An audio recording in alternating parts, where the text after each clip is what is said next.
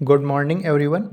जैसा कि आपको पता है कि हम लोग चैप्टर नंबर 5 पढ़ रहे हैं यूथ पब्लिकेशन की जूनियर एडिट की तैयारी में, जिसमें मैं आपको micro organism and there classification पढ़ा रहा हूं और उसमें से 2 वीडियो आपको दे चुका हूं, इंट्रोडक्शन का और बैक्टीरिया का। और बहुत अच्छे से हमने दोनों ही चीज़ों को पढ़ा है और आज मैं ये तीसरा पार्ट लेके आया हूं, कवक यानी कि फंगी को लेकर। हम लोग जानेंगे जितने भी क्वेश्चंस आए हुए हैं उनके बारे में और जो क्वेश्चंस बन सकते हैं, एक कंप्लीट इन्फॉर्मेशन अबाउट फंगी। तो आइए स्टार्ट करते हैं, फंगी की बात करते हैं। तो देखिए, मैं आपको याद दिलाना चाहूँगा R.H. विटेकर, जिन्होंने वर्ल्ड को 5 किंगडम में बांटा, Monera, protista, fungi, plant and animal. उसमें से देखिए एक फंगी भी क्या था, एक किंगडम था फंगी। और फंगी में उन्होंने क्या किया था, यूकारियोट और मल्टी सेलुलर जितने थे उनको फंगी में रखा था। तो जब मैंने आपको वो किंगडम पढ़ाया था तो बताया था कि फंगस के बारे में, फंगी के बारे में, कि ये क्या है, एक यूकारियोट है। सेल 2 तरीके का बताया था, प्रोकारियोट और यूकारियोट। तो ये क्या है, एक यूकारियोट है, ये मल्टी सेलुलर है।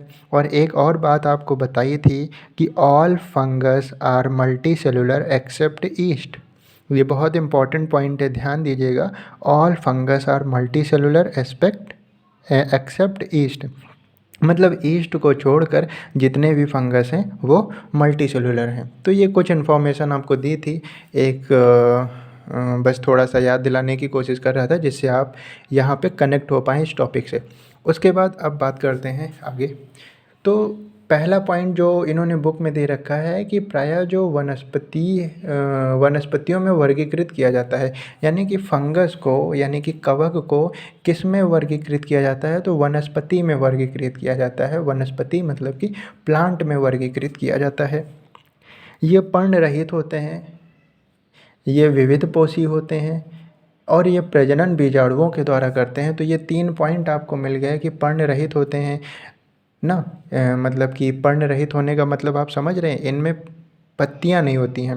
देखिए मैं बता दूं, कवक के जो शरीर होते हैं उसमें जड़, तना, पत्ती, ये सब चीज़ें नहीं होती, इनका अभाव रहता है। तो वही मतलब है, पर्ण रहित होते हैं। विविध पोषी होते हैं, बहुत सारी चीज़ों पर ये आश्रित होते हैं और ये जो रिप्रोडक्शन करते हैं वो बीजाणुओं के द्वारा करते हैं। तो इनसे भी पेपर में क्वेश्चंस आए हुए हैं कि कवक जो है वो रिप्रोडक्शन किसके द्वारा करता है, बीजाणुओं के द्वारा करता है। कवक कैसा है, तो विविध पोषी है। कवक में पर्णहरित होता है, जी नहीं। कवक के शरीर में न जड़ होता है, न तना होता है, न पत्ती होता है। तो ये क्या है, पर्ण रहित है।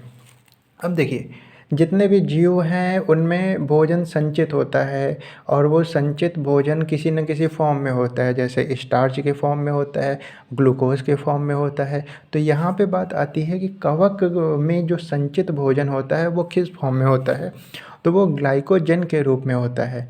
जैसे कि आपने सुना होगा कि जंतुओं में जो वो भोजन संचित होता है वो स्टार्च के फॉर्म में संचित होता है। सॉरी, जंतुओं में नहीं, ये प्लांट में जो फूड कलेक्ट होता है तो वो स्टार्च के रूप में होता है। आपको ध्यान होगा, स्टार्च को क्या बोलते हैं, स्टार्च को बोलते हैं प्लांट का रिजर्व फूड। तो ये ध्यान रखिएगा, कंफ्यूज मत होइएगा, एनिमल नहीं होगा यहाँ पर, प्लांट होगा। तो प्लांट का रिजर्व फूड जैसे स्टार्च, तो यानी कि प्लांट में भोजन किसके रूप में संग्रहित होता है, तो वो स्टार्च के फॉर्म में संग्रहित होता है। जैसे एनिमल्स में जो फूड है वो किसके फॉर्म में स्टोर होता है, तो ग्लाइकोजन के फॉर्म में स्टोर होता है ना। तो वैसे ही संचित भोजन, यानी कि कवक में जो भोजन संचित होता है वो ग्लाइकोजन के रूप में होता है। उसके बाद बात करते हैं सेल वॉल की। आपको ध्यान होगा, पिछली क्लास में हम लोग ने बैक्टीरिया के बारे में इंफॉर्मेशन कलेक्ट की थी। तो बैक्टीरिया में हमने ये पढ़ा था कि बैक्टीरिया की जो सेल वॉल होती है वो काइटिन की बनी होती है। तो उसी से कंपेयर करके आपको ध्यान रखना है कि कवक की भी जो सेल वॉल होती है वो काइटिन की बनी होती है। बैक्टीरिया के अध्ययन को बैक्टीरियोलॉजी बोलते थे, कवक के अध्ययन को माइकोलॉजी बोलते हैं। उसके बाद ये मृतोपजीवी होते हैं, मतलब मृत जीवों पर आश्रित होते हैं। परजीवी या सहजीवी होते हैं, मतलब कि परजीवी का मतलब दूसरे जीवों पर आश्रित होते हैं। परपोषी होते हैं, मतलब हेट्रोट्रॉपिक होते हैं। तो ये कुछ पॉइंट्स थे, इनसे भी क्वेश्चन आते हैं। बेकरी उद्योग में प्रयोग, तो आपको पता होगा मैंने बताया था ईस्ट क्या करता है, ब्रेड बनाने में, अल्कोहल बनाने में, बियर के निर्माण में हेल्प करता है। तो ईस्ट क्या है, एक लाभदायक माइक्रो ऑर्गेनिज्म है। तो बेकरी उद्योग में प्रयोग होता है क्या, ईस्ट। उसके बाद नेक्स्ट पॉइंट है कि ब्रेड माल्ट की संज्ञा दी गई है। तो देखिए राइजोपस जो है उसको ब्रेड माल्ट की संज्ञा दी गई है। तो यहाँ से पेपर में क्वेश्चन आया हुआ है कि ब्रेड माल्ट की संज्ञा दी गई है, तो यहाँ पर किसको संज्ञा दी गई है ब्रेड माल्ट की, तो वो क्या है, राइजोपस। उसके बाद बात करते हैं अल्फ़ा टॉक्सिन। देखिए अल्फ़ा टॉक्सिन क्या है, तो बहुत सारे फंगस से अल्फ़ा टॉक्सिन प्रोड्यूस किया जाता है।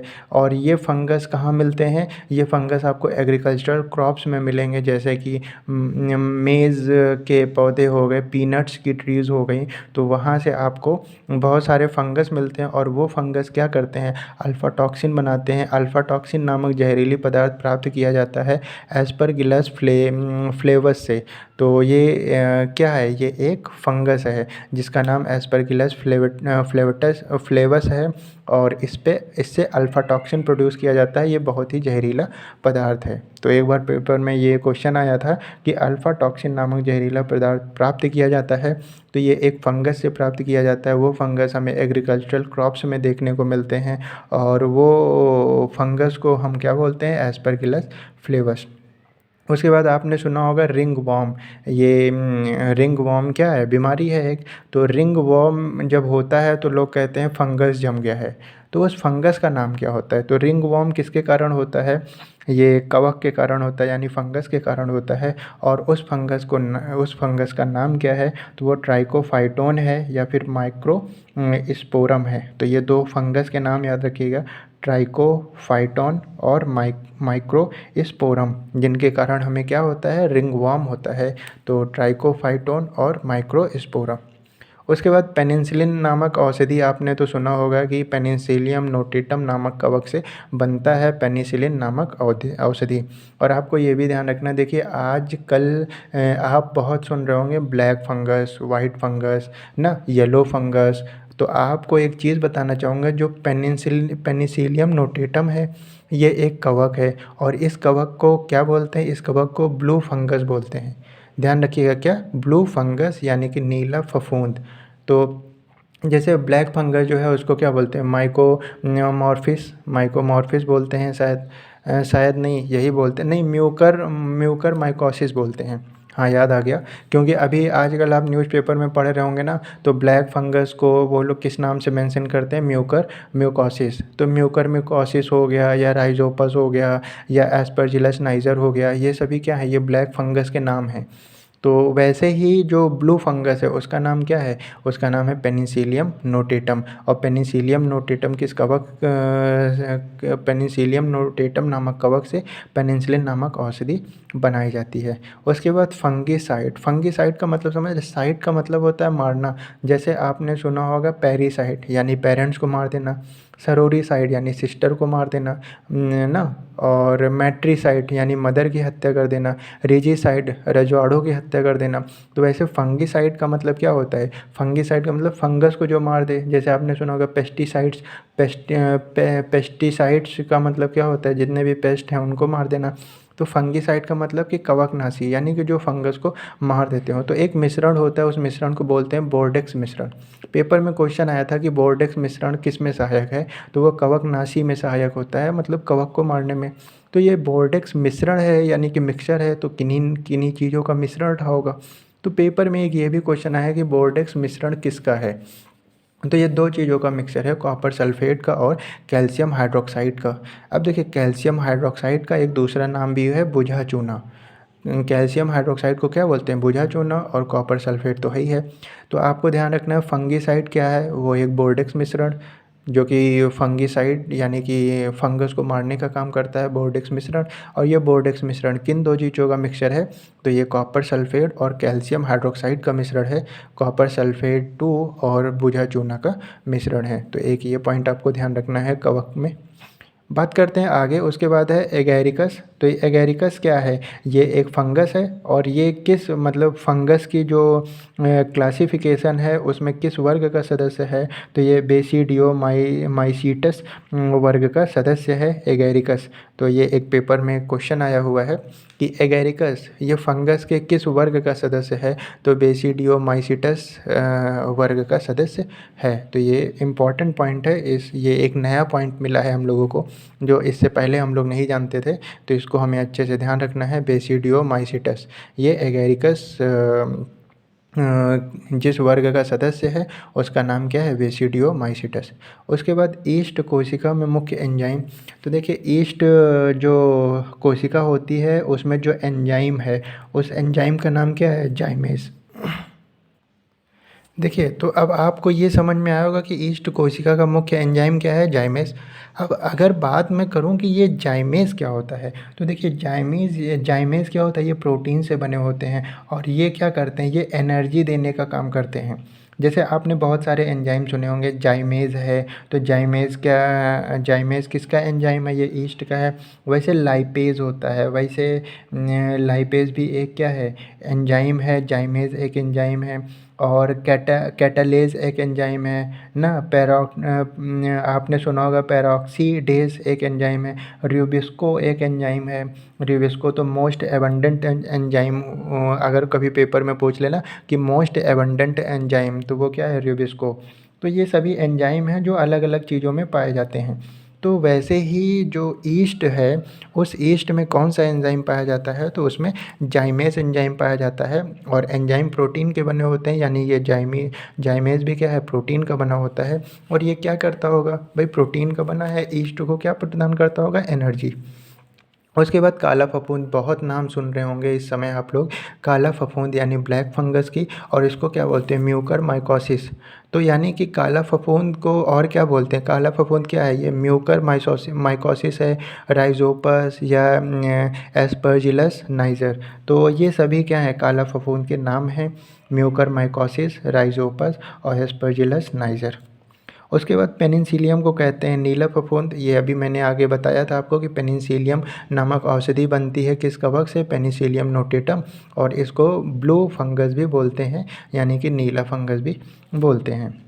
अब ब्रेड, आपको पता है ब्रेड बनाने में ईस्ट का यूज़ होता है ना। और ये भी ध्यान रखना है ब्रेड मोल्ड की संख्या राइजोपस को दी गई। तो ब्रेड बनाने में इस्तेमाल किया जाने वाला खमीर यानी कि ईस्ट, वो क्या करता है? जब आप ब्रेड बनाते हैं तो उसमें ईस्ट क्या रोल प्ले करता है? तो ये जो फर्मेंटेशन की प्रोसेस होती है उसके लिए उत्प्रेरक के रूप में कार्य करता है, यानी कि कैटलिस्ट के फॉर्म में काम करता है। तो किण्वन के लिए उत्प्रेरक के रूप में कार्य करता है। जैसे इन्होंने एग्जांपल दिया है कि C6H12O6 है। ये क्या जाइमेज एंजाइम्स की प्रेजेंस में, ईस्ट की प्रेजेंस में क्या कर रहा है? अल्कोहल बना रहा है। 2 molecule of C2H5OH and 2 molecule of carbon dioxide. तो यानी कि ब्रेड बनाते समय जाइमेज एंजाइम और ईस्ट एक रोल प्ले कर रहे हैं। किसका रोल प्ले कर रहे हैं? उत्प्रेरक का, यानी कि उत्प्रेरक का मतलब समझ रहे हैं, कैटलिस्ट का एक रोल प्ले कर रहे हैं, जो क्या करता है? किण्वन के कार्य को और मतलब कि हेल्प प्रदान करता है और अल्कोहल का निर्माण करता है, या जिस भी चीज़ का आप निर्माण कर रहे हैं। अगला पॉइंट उन्होंने दिया है कि कवक के शरीर में जड़, तना, पत्ती का अभाव होता है। तो जी हाँ, कवक में आपने पत्ती देखी है क्या? नहीं, वो पर्णहरित होता है। जड़, तना, उसमें कुछ भी नहीं होता है। और उसके बाद कवक का जो शरीर है वो किसका बना होता है? वो सेल्यूलोज का बना होता है। तो ये भी ध्यान रखना है कि कवक किसका बना होता है? सेल्यूलोज का।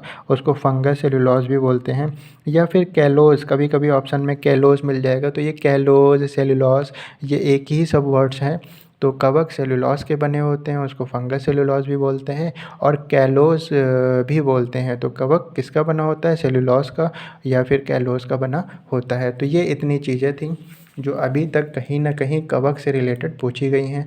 सारे ही बहुत इंपॉर्टेंट पॉइंट हैं। जो नई चीज़ें आपको मिल रही हैं उनको ग्रैब करिए, जैसे कि नीला फफूंद किसको बोलते हैं, जैसे एगेरिकस क्या है ना, जैसे बोर्डेक्स मिश्रण क्या है, जैसे रिंग वॉर्म किस फंगस से होता है ना, अल्फ़ा टॉक्सिन क्या है। बाकी चीज़ें आप सुने हैं, अल्फ़ा टॉक्सिन नहीं सुने होंगे, उनको पढ़िए। ट्राइकोफाइटोन और माइकोस्पोरम को पढ़िए, बोर्डेक्स मिश्रण पढ़िए, एगेरिकस पढ़िए ना, ये चीज़ें पढ़िए, क्योंकि बाकी चीज़ें तो बहुत बार पूछी गई हैं तो आपको ध्यान है, लेकिन ये जो 5-6 टर्म नए आ रहे हैं इनको पढ़िए।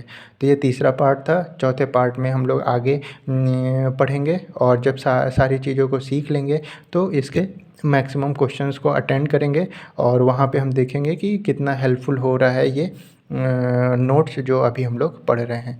तो अगर वीडियो अच्छी लगे तो प्लीज़ लाइक शेयर ज़रूर करिए। Okay, thank you class.